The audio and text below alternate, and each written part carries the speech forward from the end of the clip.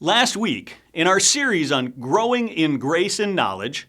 we stepped into chapter 2 and made the significant turn from Peter's positive statements in chapter 1 about God's provision of His Word, granting us everything that we need for life and godliness, to raising the warnings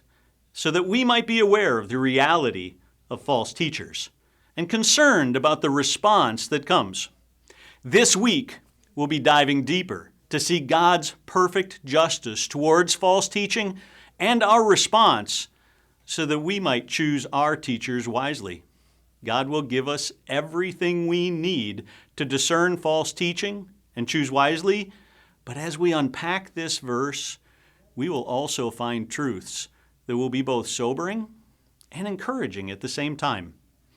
I would encourage you to read 2 Peter chapter 1 all the way through to chapter 2 verse 10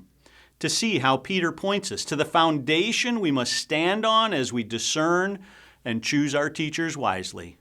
I'm very thankful for our church family to see how they've chosen to seek out good teaching, not just on Sundays, but through FCI or counseling training or many other ways,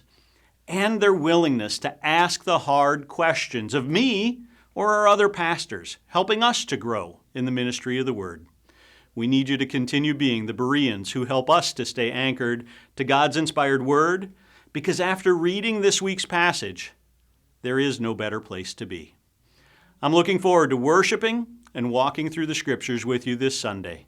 May we all grow in the grace and knowledge of our Lord Jesus Christ.